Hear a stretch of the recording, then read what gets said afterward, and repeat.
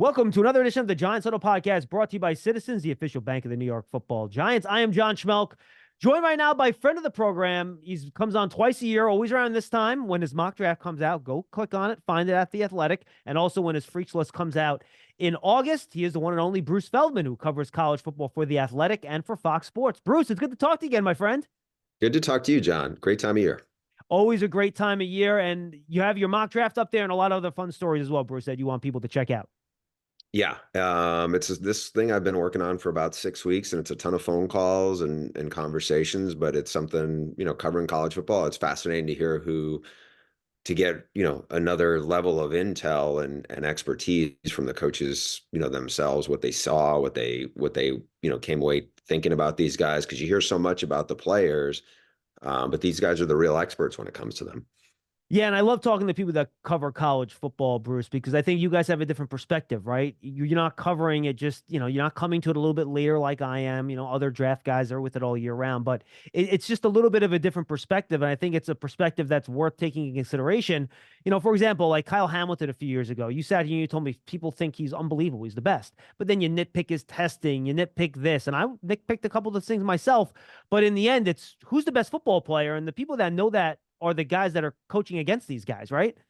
Yeah. And they're not always right. But, I will say this, the guy who was the most effusive on why he thought CJ Stroud should be the first pick of the draft last year is a college defensive coordinator. And, when he tells me that of all the guys he's seen, that Michael Penix Jr has by far the best arm talent, and he's played a bunch against Caleb Williams, that carries weight, because this guy, like I said, he's played these guys multiple times, and he's seen them, he's studied them, he's game planned for them, and then he's seen seen it live and in person in the flow of a game. I think, there's a real credibility with somebody like that.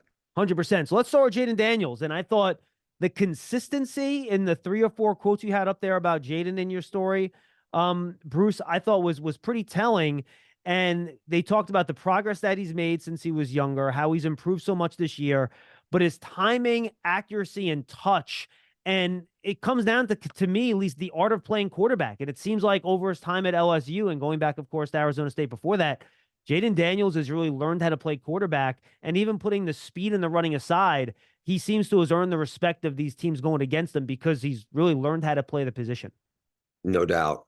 He's been a really pleasant surprise. I mean, he was a pretty good player at Arizona State, but it was a program that was in disarray around him, and he wasn't like a high-level passer. And then his first year at LSU in 2022, he really made a big impact. He's a dynamic runner, but he looked like he was a more polished passer.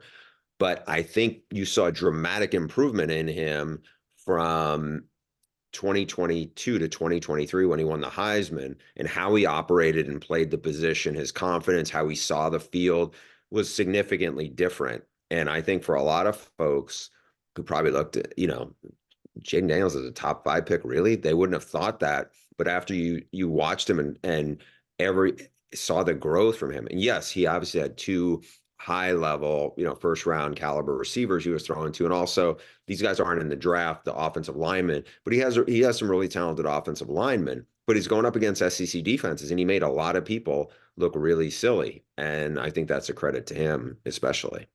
And I thought the comments on Drake Maye were interesting. You write here, the feedback I received was really mixed, reflecting a younger quarterback who has a smaller sample size than the rest of the first round crop. And people forget he's just a redshirt sophomore, right? He's a guy that does not have a ton of experience, but you really seem to have really good reviews on something that I don't think people talk about enough with him is his athleticism, Bruce, his ability to avoid the rush, handle the rush, and make throws under pressure, which behind the not a very good offensive line, he had to do a lot. But at the same time, people saw some inconsistencies with his mechanics and his accuracy.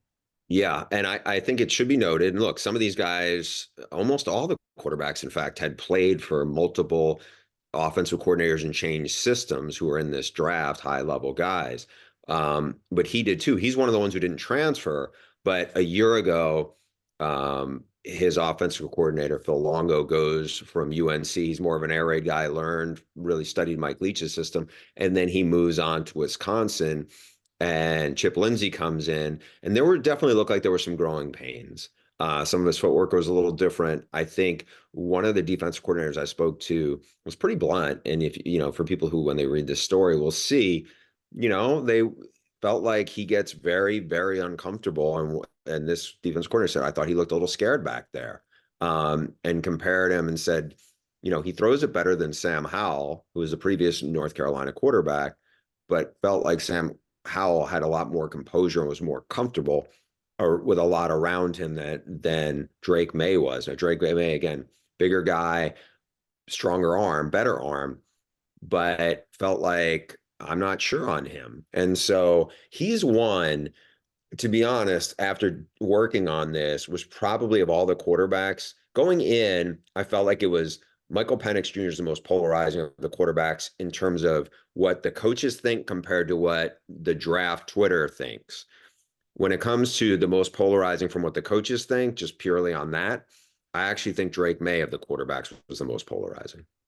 That's interesting, and I think it makes sense. So you just mentioned Penix. So, by the way, you had those guys going 1 through 3 in your mock. I don't know if the landing spots are all that important. You're not trying to be predictive necessarily, but that's where you have them. You have Penix going a little bit later, I believe, and I got to scroll down now. You had him, the Broncos trading back up for Raiders the for the Raiders. Raiders.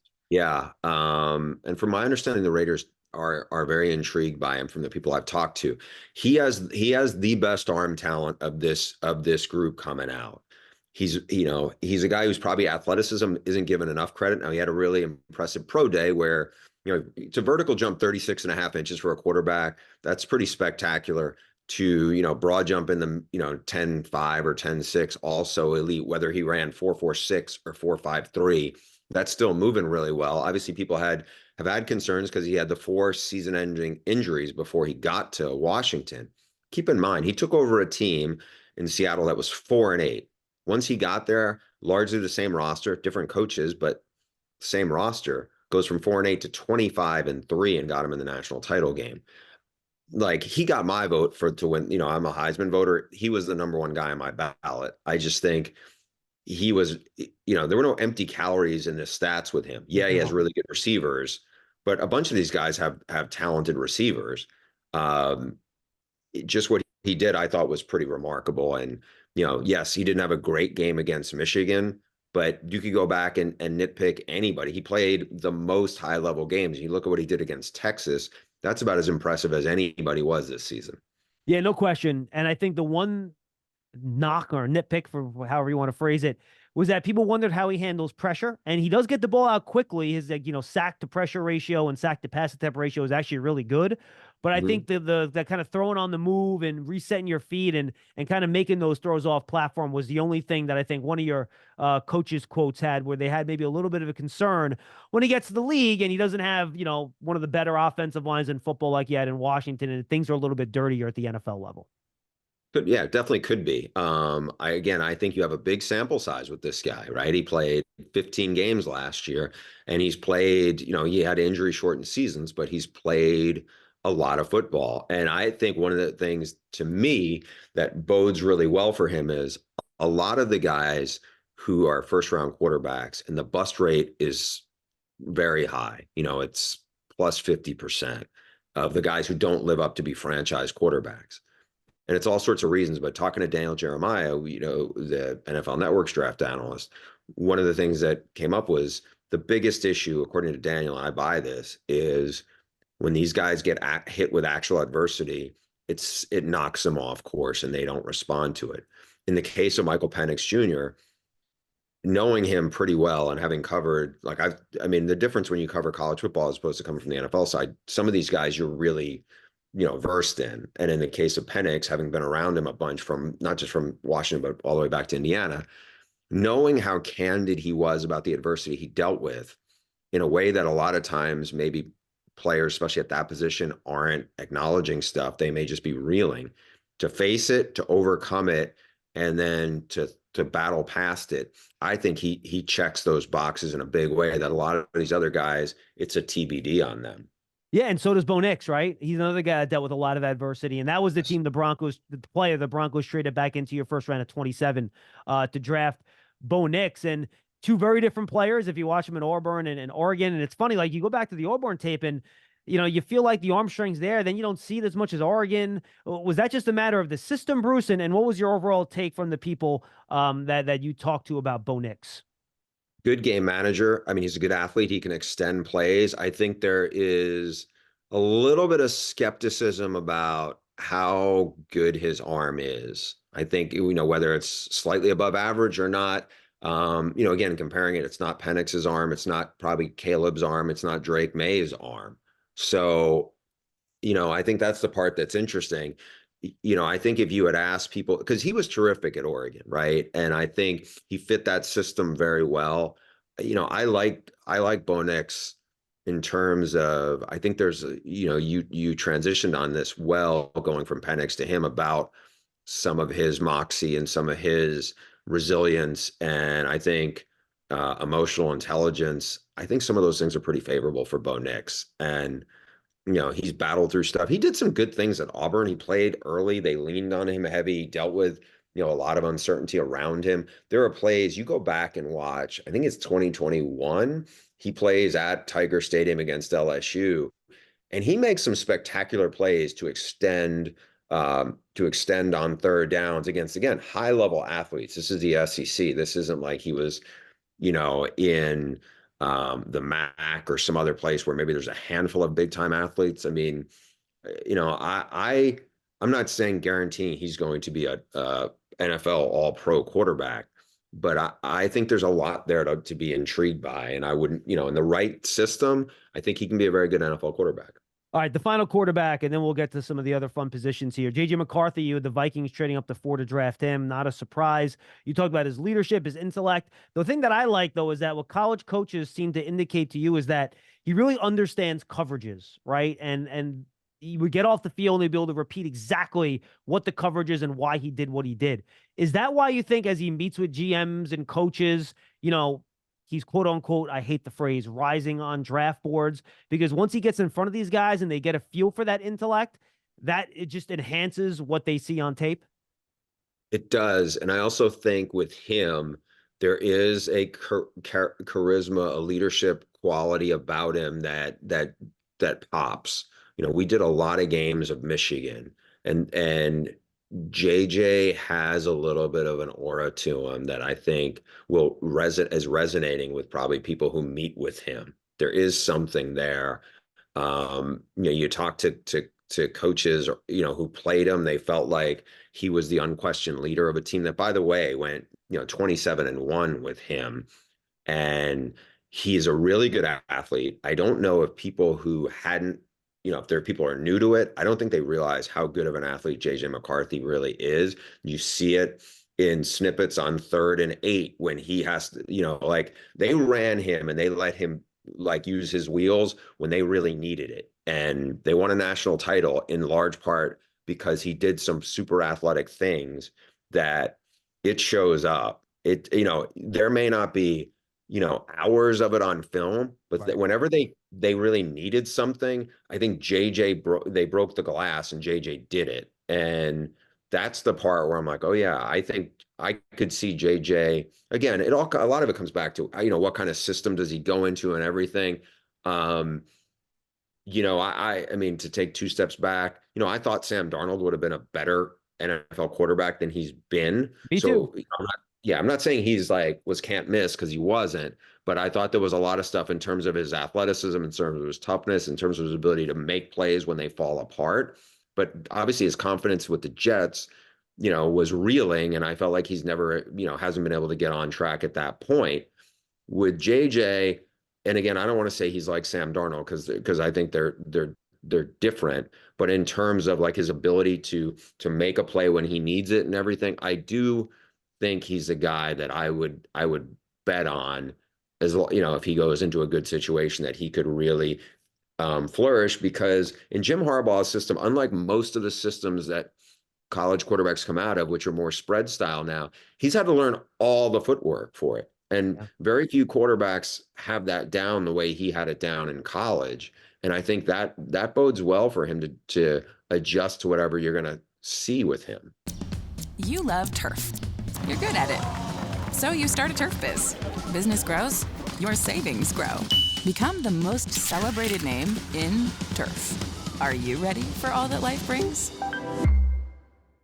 You mentioned his third and long tape is excellent. He makes plays when he has to, and a couple throws, stepping up in the pocket while going full speed.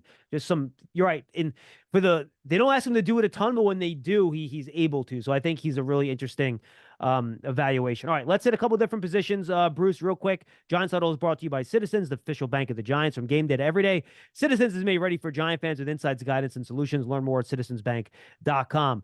Marvin Harrison Jr., he's awesome. Everyone you talked to said he's awesome. Here's the nugget I want to ask you about. Jeremiah Smith, a true freshman enrollee. People think he's going to be better. What? Yeah, it's so this is a guy from South Florida where there's more, that area has produced more top level receivers than any part of the country. And there's a guy named Larry Bluestein who is like the godfather of South Florida recruiting. He knows more about South Florida youth football and high school football than anybody probably on the planet. Said he's the best one he's ever seen. He's got down, he got to Columbus already. Now he's a 218-pound kid. He's already bigger than Marvin Harrison Jr. And he's an early enrollee freshman. So his high school class is still hasn't graduated yet. I know from the people I trust in Columbus, they are raving about what they've already seen from him in terms of his competitiveness, his toughness, his mental makeup, his athleticism, and his ball skills. So again, not to diminish Marvin Harrison Jr., who's the most complete receiver the Buckeyes have had in this run, but just make a note of Jeremiah Smith. That guy is going to blow people away. I don't want to say he's going to be the first pick in the draft receiver, but keep an eye on him for the next 3 years. Was there one nitpick or negative that came up when talking to people about Marvin Harrison Jr., or no, not really? No, it's not a negative. The only question that I got, and this is a lot of, conversations, but was one of the coaches in the conference said, how come it was like kind of pushing back at me. He's like, how come he didn't run at the combine? How come he didn't run at pro day? And he was like, I think he's a great player. My guess is he's closer to 4.5 than closer to 4.35. And there was talk, and he was high up on my freaks list, and he's a 23 mile per hour guy. And usually guys who are 23 mile per hour, burst are not, 4.52s. Usually they're 4.42 or faster. Again, your word nitpicky, I'll live with that one. So he's really polished. People love his character. People, really good ball skills, really good size, really smart kid. He is as close to can't miss as you're going to get. There's two guys in the draft to me that are as close to can't miss. He's the first one, and then the second one also plays that position as Odunze.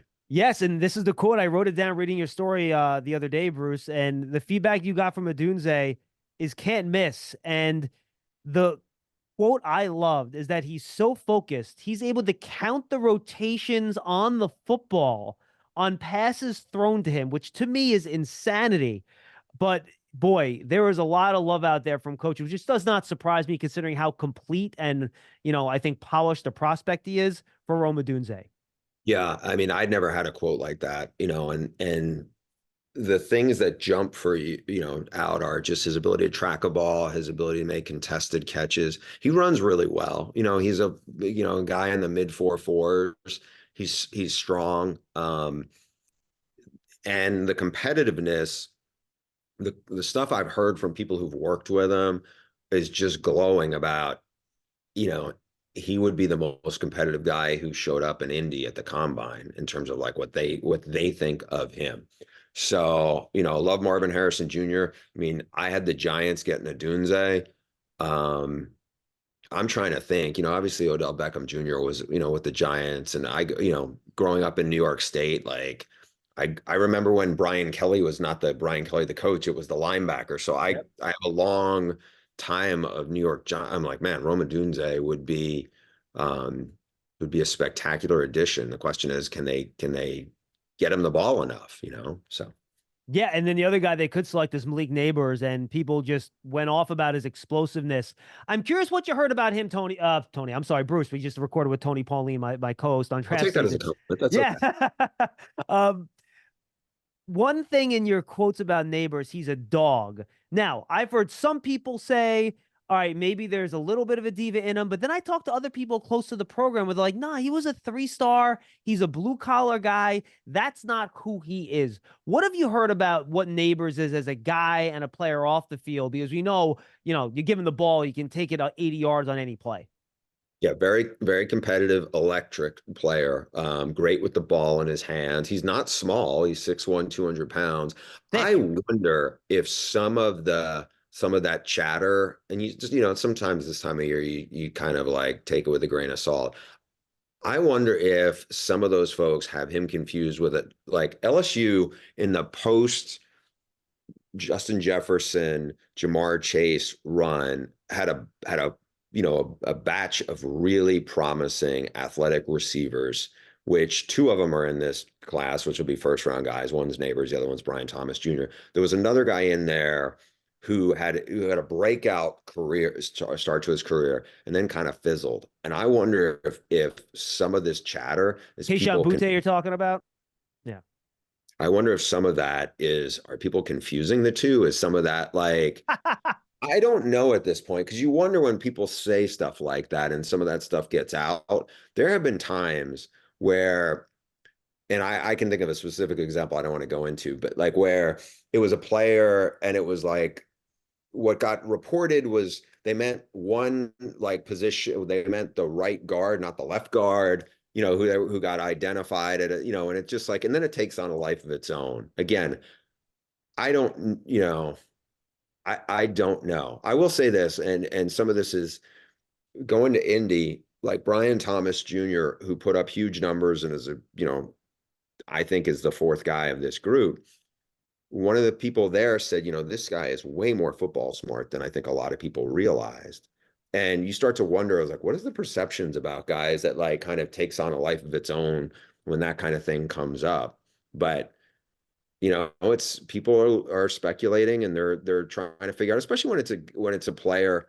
This isn't really Nabers because Nabers was really productive even before this, but like when it's almost like they really break through and everybody starts buzzing about him in a year. So I don't know if that's where that came from. That's my guess. Yeah, you mentioned Brian Thomas Jr., so let's slide down. And, you had a couple different quotes on him, and both basically said 50-50 guy, good deep ball, really good athlete, but maybe he still needs to polish things up a little bit. He's a little bit raw, correct? Yeah. But I think everybody who's been around him really likes what they've seen. They just was like, he was the red zone guy who scared everybody to death, whereas Nabers, they did a little more with. It sounds like Thomas, I think, is closer to being like a complete receiver from things I've heard getting up to the draft than maybe some other people think he is. For instance, so I had another freaks list guy in the draft last year, Quentin Johnson from TCU. And there's similar size. I think Brian Thomas Jr. has more speed. Quentin was surprisingly shifty and elusive at that size, but his hands were more inconsistent or are more inconsistent. I think Charger fans kind of probably are just, wincing about some of that. To me, Thomas is a much more polished player, and I think is a better prospect, to be honest. I mean, he's faster, he's around the same size, his hands I think are better. Run after the catch, I'm not sure that's where Quentin I think really excelled, but you have to catch the ball to do run after the catch too. No, absolutely. I want to touch on the last two top 10 guys, Bruce, and then we'll kind of roll through the back half pretty quick here. He's like talking to people about Brock Bowers. It's like, can I find somebody to say something bad about this guy? I don't know if I can. Everyone seems to love him to death. And Joe Alt, I think it was one of your smallest captions, just one quote. It was the best lineman we played all year. Is Joe Alt just like good, like boring good? He's just like so good he's boring? He's to me head and shoulders. I know that there's been some other guys who've been lumped in closer to him from everything I've heard. And again, some of the coaches I've talked to have played a couple of, they played Graham Barton too. Right. And to the comments, and it's not a knock on Graham Barton, or it shouldn't be, is like, oh, people are talking about him in that category, and they're kind of surprised because they just see the difference right now. And granted, one of them is a guy who people think could possibly play all 5 positions, whereas Alt is outside. But I couldn't get anybody to say anything bad about not about Alt. I mean, not that I was really trying to goat it, but like people just were that impressed with him. And as far as Bowers, one of the guys, and it didn't make the story because it was one of the last people I talked to, and it was like the story was already kind of going to print, said, I think Brock Bowers is arguably the greatest tight end in college football that I've seen in like 25 years. Wow. Um, just he took over games, and he's not 6'6", I mean, but he is so dynamic with the ball in his hands and has really good ball skills, and it has a competitiveness. And the one that did made the story was about the clutch gene. He's the best offensive, like Kirby Smart has cranked out first round talent. He's the best offensive player Kirby Smart's had since he's been the coach at Georgia for like a decade. And look, when you can start as a freshman, true freshman at Georgia, I think that kind of tells you all you need to know, right? It's just, he's been a great, great player. Giant fans love a winner. It's why they love Citizens. Named a 2022 Best Bank in the U.S. by The Banker as the official bank of the Giants and sponsor of the Huddle. Citizens is made ready for fans of Big Blue. Learn more at citizensbank.com. Not a surprise, Bruce, you have a ton of offensive linemen in your mock draft because there are a ton of good ones in your mock draft. When you get to that second group, your Lathams, your Fuangas, your Mims, your Faltanus, all those guys, is this kind of just like a chef's choice deal? Because looking through all their reports, everyone seems to have Tyler Guyton too, have to say really good things about all these players.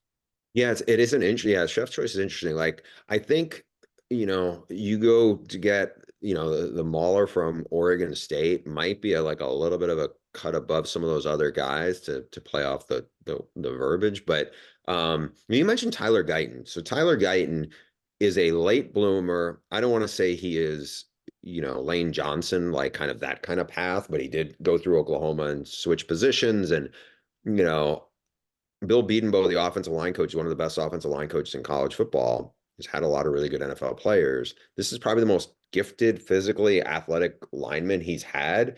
How close is he? You got Mims from Georgia, who is just a giant of a man who's very athletic, but he's only started 7 games in college. So, so what are you getting there? In terms of what are you getting? Like, how close is he? And then you start getting into like the guys inside, like 2 guys that people really rave to me about. I just don't know how high centers go. Jackson Power Johnson from Oregon, who's super strong and did well at the Senior Bowl. And then Zach Frazier from West Virginia was another guy who had like some kind of Paul Bunyan kind of quotes from some of the coaches who played him. And I'm like, okay, can I work this into the mock draft? He's like, people love him, but where to center, how many centers are going in the first round? No, it's tough. And then, Graham Barnes, a guy too you mentioned earlier. It's funny. You talk about trying to get guys into the story. Well, for the teams that didn't have first round picks, you included some second round picks in here too. And I'm like, I feel like you're sitting there. I have so many wide receivers that are good that I have quotes on. I need to fit these guys in somewhere. So let's just kind of go through the rest of the wide receivers you mentioned real quick here. A.D. Mitchell, you did have in your first round. But I think the interesting thing with him, Bruce, and he basically said this out loud at the combine, which usually guys will do this, but they'll never say it out loud, where he basically said, yeah, if I knew the ball wasn't coming to me, I didn't really run that hard. And that's what the coaches said. Yeah, that shows up. Like, here's the thing with him, John. So our crew did a Texas K-State game, and it was a game where Quinn Ewers, the starting quarterback, wasn't going to play. So the backup, Malik Murphy, who's now at Duke, was going to be the starter.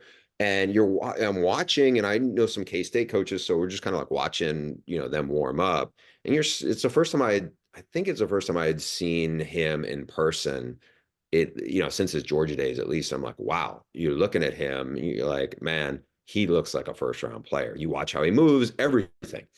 And he went off in the game. He like kind of could dominate. But then there is moments, and like, Brian Thomas has, great red zone threat, size, speed guy, and that's what he is. But there are times where it's like, can the quarterback trust him if the routes, are not run if it's like what you just said. So can an NFL team get that out of him? Like if the Bills take him, where I had him going, and I started working on this like before the Diggs trade happened, but they already lost Gabe Davis. But like could really need a number one guy. He has number one guy talent. It's just like I don't want to say you got to get it out of him like he's some kind of like problem child, but I just think it's just maturity and focus, and we'll see where he gets to. Yeah, and then two other guys you would go in the second round then with those second round picks. Malachi Corley, who I stood next to him, Bruce, at the Senior Bowl, and I interviewed him for about 6 minutes. Engaging kid, really good kid. But as someone that's been in the same locker room as Saquon Barkley for the last 7 years, he's built like Saquon Barkley. Yeah. Like this dude's not built like a wide. He's a tank. But I think one of the interesting quotes he had is that they think he's more than just that screen pass, end the round, jet sweep, gadget guy. And I think he kind of showed that at the Senior Bowl a little bit too. So what's your feel from people around the league that you talk to in college football? Can he be more than just that guy that gets balls at the line of scrimmage? One of the guys I talked to about Corley is, one of those guys where I'm like, okay, I've had a track record with this guy. He's coached in the SEC. He's one of the people whose opinion I trust most. And he was really glowing about Corley. And so I would put probably more stock in that than I would in a lot of other things I get, just because I know what this guy sees and his perspective on things. Again, it's like, does he go to a place that has a really good quarterback and a really good system? We'll see.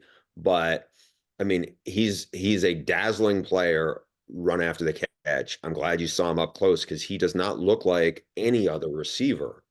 Like there are receivers who are impressive, but he looks like, I mean, it's funny you say Saquon because Saquon does not look like any receiver. He's just a muscled up, like blocky, imposing guy. But you just don't see that with the receivers, not to that degree. So I'm interested to see where he goes and what they do with him because he was a dominant player in that league, and that league's pretty good football, and everybody knew he was a mark man, and they were going to try to get him the ball however they could get him the ball and whatever they did, and they still really couldn't slow him down much. McConkey was the other wide receiver you managed to slip in there, and he's a guy that I'm not surprised that coaches really appreciate what he can do. He just seems like such a polished receiver when you watch him with his route running. But one of the coaches did say they think he might be a slot only guy, right? Yeah, I mean, he's not the biggest receiver, but he is really fast. He's also really quick, and he is really polished. He wasn't like he was a go-to guy for them. I would have been curious at Georgia, again, whereas a little like Michigan, where they're gonna win their football games pounding you on both sides of the ball, and they're not airing it out. And he had a really good quarterback this year who's not in the draft, but I think if they don't have Bowers, and Bowers was banged up a little bit this year, but if they don't have Bowers, is he is he putting up bigger numbers because then he's a little more of an X factor guy? And, fortunately for Georgia, they did have Bowers, but, it wouldn't surprise me if he was more productive, much more productive or a factor in offenses in the NFL game than he was at Georgia. Now, if he went some other system, and I'm not saying he should have transferred, but if he went to, you could name the school, if he went to USC and he had Caleb throwing to him, or if he went to Oregon where, that system, he probably puts up like double the yardage numbers. But, obviously everybody, they kind of pick schools for a reason. It's not always to be like, hey, I'm going to try to get stats. I mean, he won a ton of football games there and was developed. No, absolutely. I'm with you. You're ready for a change. Payday comes early with Citizens, so go to that retreat. New you moves to the country. Now you're raising goats and launching a lifestyle brand. Are you ready for all that life brings? All right, two other players that I feel like the league's all over the place on, depending on who you talk to, and it seems like the college coaches maybe too. Olu Fashanu from Penn State. I feel like even the evaluation of what he's good at and what he's bad at, Bruce, was different from quote to quote in that little blurb that you had. It was. I mean, he's a big, imposing guy who's really bright. He's athletic. I think, some guys thought he needs still more polish. Like, I talked to some of the Penn State guys who were like, he stoned our speed rushers every day at practice. And those are, when I say speed rushers, I mean, Chop Robinson, you don't get faster and more explosive than him. And there was other guys who were undersized edge rushers they had who were really good players, Adisa Isaac, who, giant, grew up in that, that footprint up there. Those are really good players. And I think that bodes well for him. I think it was a consistency thing. Now, against Ohio State, that was the film this past year, that I think gave some people pause about him. He struggled against a really, really high level edge rusher in JT2 and Maloau, who will be in the draft next year. And would have been a first round pick this year if he came out, by the way. Yes, really strong, really athletic, and he got after him pretty good. And so I think that maybe was sitting in some people's heads, but I think he's one of the better offensive tackles in the first round crop.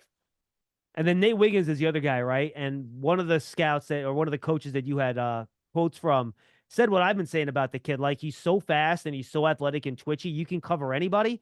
But then he's like, but, I'm not sure how physical he is, and I'm not sure you want him tackling it. Well, whatever, 180 pounds, whatever his true playing weight was. So, fiery guy. Yeah, it just seems like you're going to have a trade-off here, right? If you draft him, you're going to really need him in coverage, but I don't know how much you can count on him in the run game, outside. Yeah, he would be one of the ones who I think was, who people were higher on than I expected them to be, to the degree, like he was kind of, I don't want to say a drive-by, but one of the coaches was like, who I thought was awesome, the cornerback at Clemson. And then it went down to that, because it was somebody who, was in the league and just kind of raved about, you saw him in a lot of crossover tape and just kept on noticing him. It was like, man, that guy is pretty special. And so, I didn't want to disregard it. And again, it's interesting because the guy of the DBs who, I just hear glowing stuff about is Quinion Mitchell from Toledo. Checks every box and is great, ball skills, and is like a strong, explosive athlete and everything. But then you get the Alabama guys who people like, but I don't know if they love them, for a couple of different reasons. And then you have this other kid who's got good length and exceptional speed. But I think there's a little bit like, okay, is he the most physical guy? We know he's pretty competitive. Usually those things come hand in hand, but sometimes they don't always go like that. You mentioned the two Alabama corners real quick, then just 2 ones, and we'll wrap this, Bruce. You've been so generous with your time. Awesome stuff as always. Fans have great feedback on whenever we have you on, by the way. They absolutely love it. You said some people maybe not as high on the 2 Alabama corners. What are some of the things on Arnold and McKinstry that you're hearing that teams or coaches maybe have some questions about? So Terrion Arnold really kept getting better and better over the last 3 years. And I think people like that they think he can play all three, can play slot, can be a shutdown corner, and can play safety. I don't know if I think they see him as the better athlete of the two. When it comes to Kool-Aid came in with a lot of hype and played well early, and it's not an easy system to pick up for a DB. I think the athleticism was a little bit of I don't say it's not a red flag. It's just like, I think they probably, like, he is not Quinion Mitchell athletically, but very few guys are. I think there was, some of the people said it felt like he will take some chances and maybe watch, Diggs came from Alabama and makes a lot of big plays, but occasionally will give up some big plays. And I think if you look at, the Texas guys kind of got the best of the Alabama guys in that matchup earlier in the season. Texas guys are really talented receivers with a lot of speed. So again, I think both guys are first round guys. I just don't know if they're, from everything I've heard, it felt like Quinion Mitchell was a little more of a sure thing than both guys at Alabama. Who are a couple guys that you had to leave on the cutting room floor here, where you had some great quotes and you wanted to get him in here, but you just ran out of spots in your mock? Peyton Wilson from NC State is arguably the best defensive player in the country this past year. He is big. He is really physical. He ran in the low 4.4s. He's smart. He's tough. Peyton Wilson has a very, suspect medical evaluation. Now he had knee and shoulder, He's been healthy for the last 2 years. But the question is also he plays a position now that's a little like running back, where it's just, if Peyton Wilson came along 10 years ago, if he didn't have the medical history, Peyton Wilson might be the fifth pick in the draft or something. Like he's that athletic and that productive. But I think somebody will take him within the, top 75 picks, because somebody will look at it and go, heck, as long as he can get through the first contract, he can help us win a lot of football games, assuming it's the right system fit in terms of linebackers, because it's not a great group right now. I mean, you have Edgerrin Cooper, who is a run and hit guy from Texas A&M, who put up big numbers, and he, in the old style way of linebackers, he's probably a top 15 pick. But now people don't take linebackers that way. So those are guys that I'm very fascinated to see how soon they go and where they go to. All right, final question, unrelated to the mock draft. Who are some players in college football, knowing the country as well as you do, that you think are going to break out this year that maybe people don't quite know enough about yet? You're catching me in the middle of my NFL mindset. And sorry about that.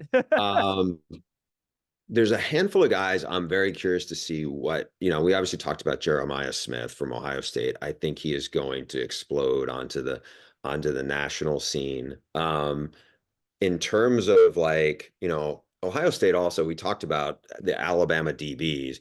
Caleb Downs is the best player in the secondary. He was a true freshman safety last year. He ended up transferring to Columbus. He's going to play at Ohio State. To play that position in Nick Saban's defense as well as he did, he's a phenomenal player. I think he is really, really special. He's another one, to definitely keep an eye on. I think Malachi Starks, people know about him. He had a terrific start to his career at Georgia, is a big, big time player. And then Pierce, the edge rusher at Tennessee, he's almost, from what I heard, he's like over 265 pounds. He runs in sub 4.5. He's arguably the most talented guy in the SEC right now. And I think he's a spectacular talent, and, can't wait to see what he does this year. I mean, he just had a huge, first year as a coming out party. I think he's a guy who's just going to get better and better. Yeah, and of course, we'll have a much longer list when Bruce gets his Freaks list compiled for 2024 in August. We'll have Bruce on when he does that. Obviously, you can find him on Twitter at Bruce Feldman CFB. You can find the link to his mock draft there. When we post this, I'll put the link in my tweet as well. Let me tell you one other guy I had to think about, because I'm knowing my audience here. So AJ Cornelius is, I don't say he's grew up in your backyard, but pretty much did. He's a New York kid, started his career at Rhode Island. A bunch of big schools saw him as a really good player. He was playing for Stephon Wheeler, who is a former NFL lineman at URI. And then he ended up at Oregon. And he had a really good first year at Oregon. I don't know, I haven't studied him enough and I haven't talked to enough people to say, oh, he's going to project as a top 15 offensive tackle. He's a really good football player as they transition into the Big Ten this year. Again, for Giants fans and people in that area, here's a homegrown kid who's really smart, who's, is a really likable kid who transitioned up from Rhode Island all the way on the other side of the country into Oregon, and he played really, really well. And I think he's on a lot of people's radar, or should be. I like it. So again, you can find the link to the mock draft on Bruce's Twitter page. And Bruce, any other stories you have out there or coming out that you want people to know about that you want them to check out? Yeah, again, I don't want to keep playing my tri-state New York hat here, but I did a story around the combine that I worked on about Peter Schrager, who is a New Jersey native, who has now become a big star for NFL Network and also works at Fox. And what I really wanted to get into was like, okay, and John, I've seen you in Indy at the combine, and it's just like, it's a great networking place. And for people who've never been there, people are curious how like the sausage gets made.